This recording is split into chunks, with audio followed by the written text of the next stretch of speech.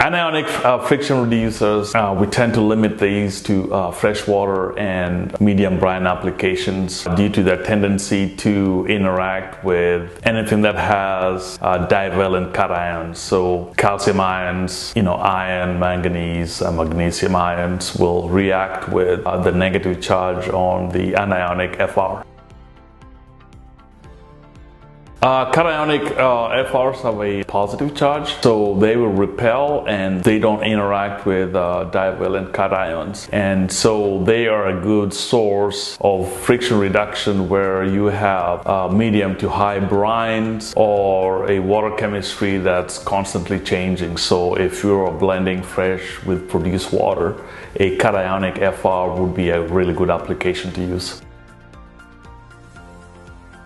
The limitation when you use anionic FRs is interaction with iron. If a water source is coming to location and you have a little bit of iron in that water source, then you may have some compatibility issues. Now, downhole, the formations that have pyrites, or if you're using spearhead acid, you're able to liberate a lot of the iron from the formation rock, and a lot of that's going to flow back. There's a very high probability in some basins where that iron can complex with anionic FR. So crude chem gets around this by using FRs that are stable in high iron rich environments. We also have cationic FRs that are also really good when used in high iron environments, as well as mid to high brine situations where the performance of the anionic friction reducers are limited.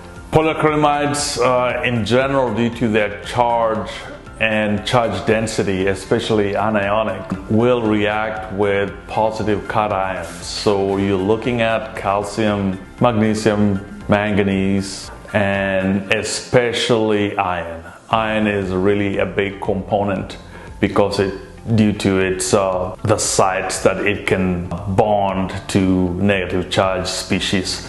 We at Crude Chem, our chemistries are tailored to meet specific source water and formation water chemistries.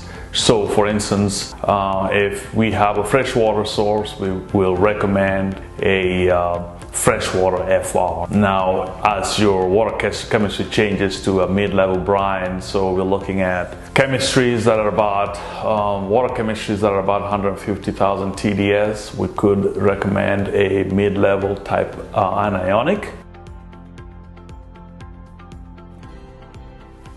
Within the last few years, the oil and gas industry has become aware of solids deposition in early life of flowback wells. These solids have been identified as either gummy bears or goo, and these tend to be iron cross-link polyacrylamide molecules. These molecules, when deposited, they will deposit in the near wellbore, casing, tubing, separators, and they will seriously impede your skin and also your ability of your wells to produce fluids. We had situations where the whole casing and tubing are completely plugged with these iron cross-linked solids.